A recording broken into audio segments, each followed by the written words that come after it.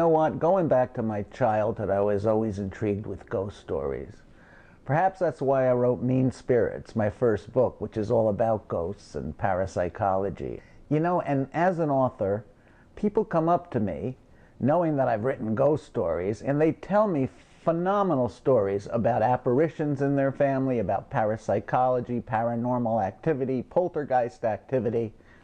But still, today's science doesn't accept anything to do with parapsychology, and they don't even consider it worthy of investigation.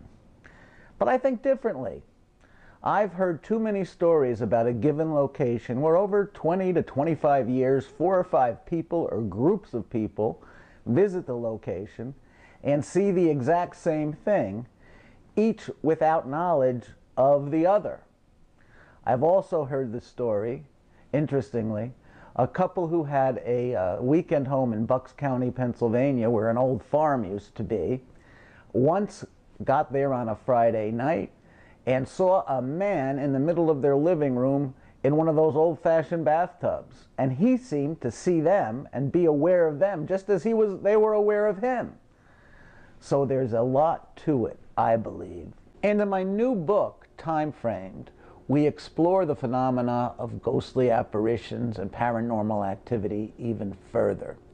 In the book, Professor Christopher Penfield is visited by an apparition of his dear cousin Ophelia, who informs him that he is the father of who he believed was his cousin, little Shippy Penfield, and she is the mom.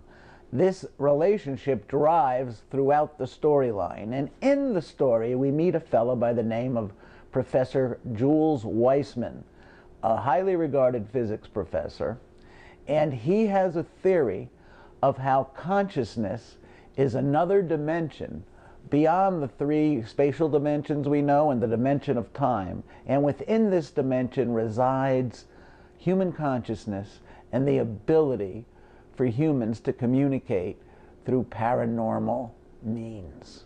Read the book and you'll find out more.